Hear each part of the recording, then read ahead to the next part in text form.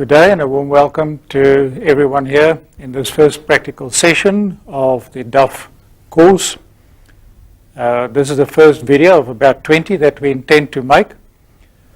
And in anatomy we have to start with the basics, the osteology and some of the terminology so that we can understand each other. To complement the textbook, you've got 4 extra chapters that comes from the professional veterinary degree curriculum for the anatomy part, and you have to have them at hand to help you with today's practical. Today's session here would then be an overview of the terminology, the osteology and the joints, but I cannot go into too much detail for various reasons, and therefore you have to do most of the work as self-study. But I will guide you in this session just with regards to a few of the things. In anatomy, you will see that there are lots of new words that you have to learn, and some of them sound very foreign to most of you, and that is because many of these terms come from Latin and Greek times. But as the year progresses, things would become easier and you would become used to using these terms. The reason why we have to use these terms is that we can understand each other. And therefore, if we start with the different regions as a broad overview, it's the best approach. And then we can go into some further detail. The problem that I have is I have to presume that you understand some of the terms already, otherwise I cannot communicate with you. But to start broadly, you know that there's a trunk in an animal, like the skeleton of the sheep ram we've got here, and the trunk then refers to the thorax and the abdominal region, with a neck and a head at the cranial end, and a pelvis, hind limb and a tail at the caudal end.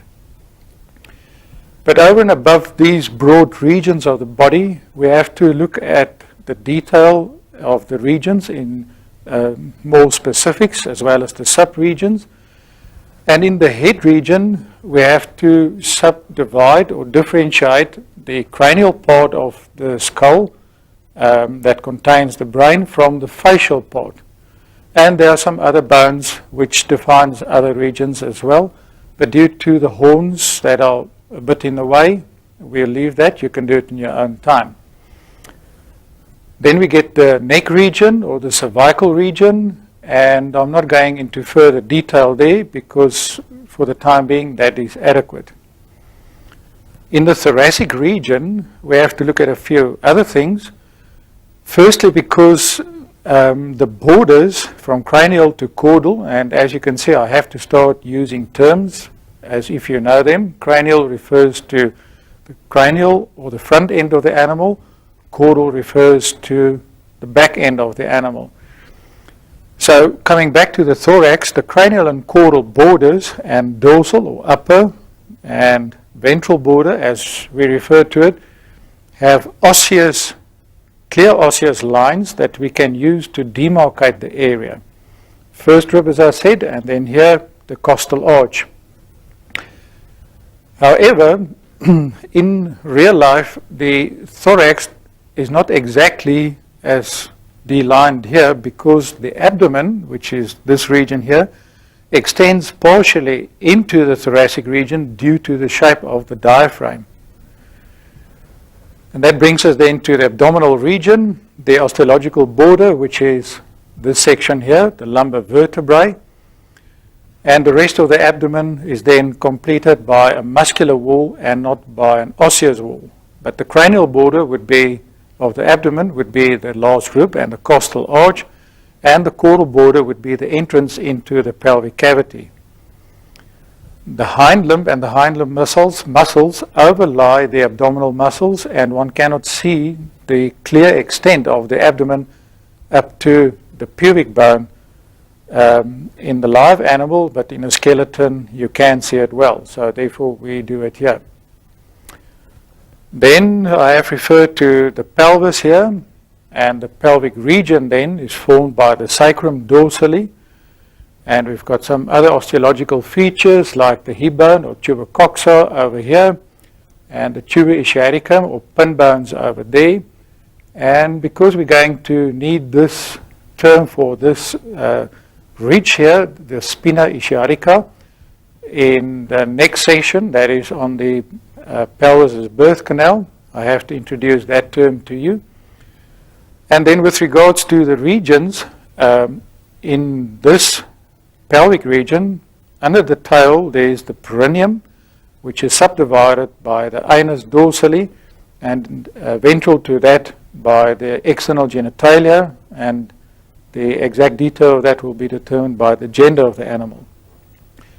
So from this, you should be able to deduct that in some cases, bones determine the name of that region, but it can also be muscles, like the gluteus muscle here, or the rump, or the croup in other animals. Or in the case of the head region, just behind the mandible, there's a salivary gland, and that determines that region, which would be the regio parotidial. That term comes from par, meaning next to, and ot, meaning ear. So it is that region next to the ear coming from the gland with that similar name. So having done some of the regions now, we can get to the next phase, which would be the different planes. Now, in the notes that we supply you, those notes from Onderstepoort, you will see there's a very good illustration of the different planes, and therefore we can divide the animal in an imaginary plane, that is the median plane, and transverse planes, even though we can also do it on the legs or any other part, even a transverse section of the horn. Another plane would be a plane parallel to the median plane, which is referred to as a sagittal plane. So these terms come in handy when you have to describe anatomy.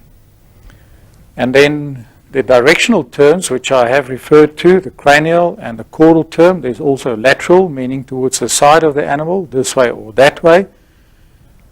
With regards to the limbs, terms like proximal or distal, referring closer to the body or further away from the body, are also handy terms.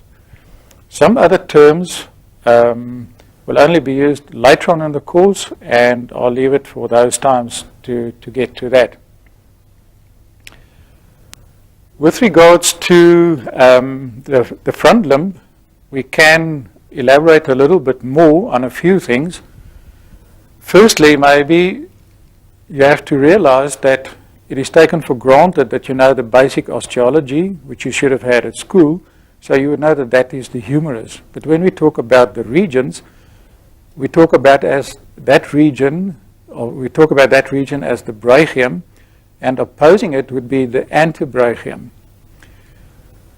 And what is also different then from general use that you might be familiar with is that when we get to the joints further down on the limb, with, in this case, what we would know as the carpal joint or the wrist, in the animal, we refer to that joint as the knee, that is the front knee.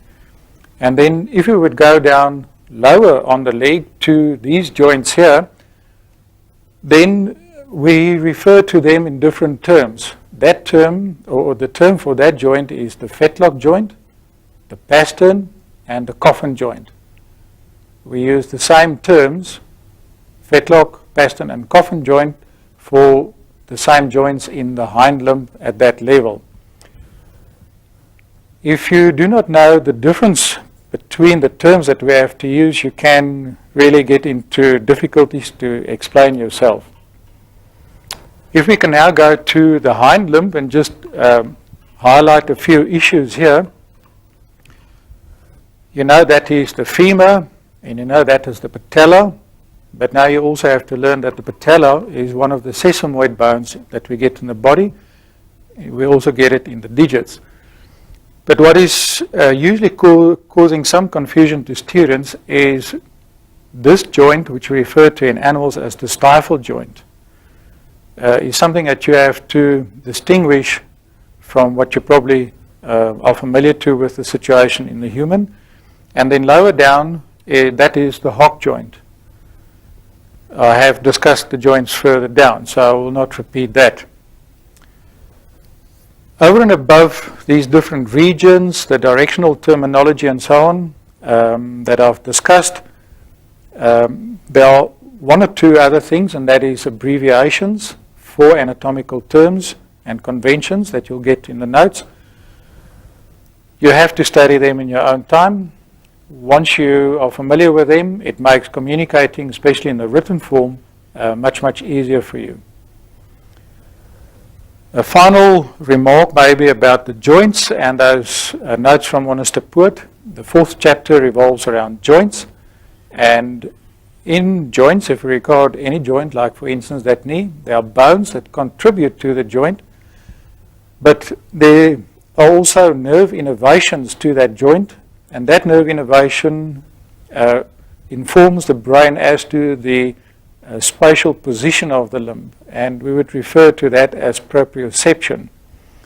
And proprioception is discussed in that chapter, and I would advise you to also take note of that.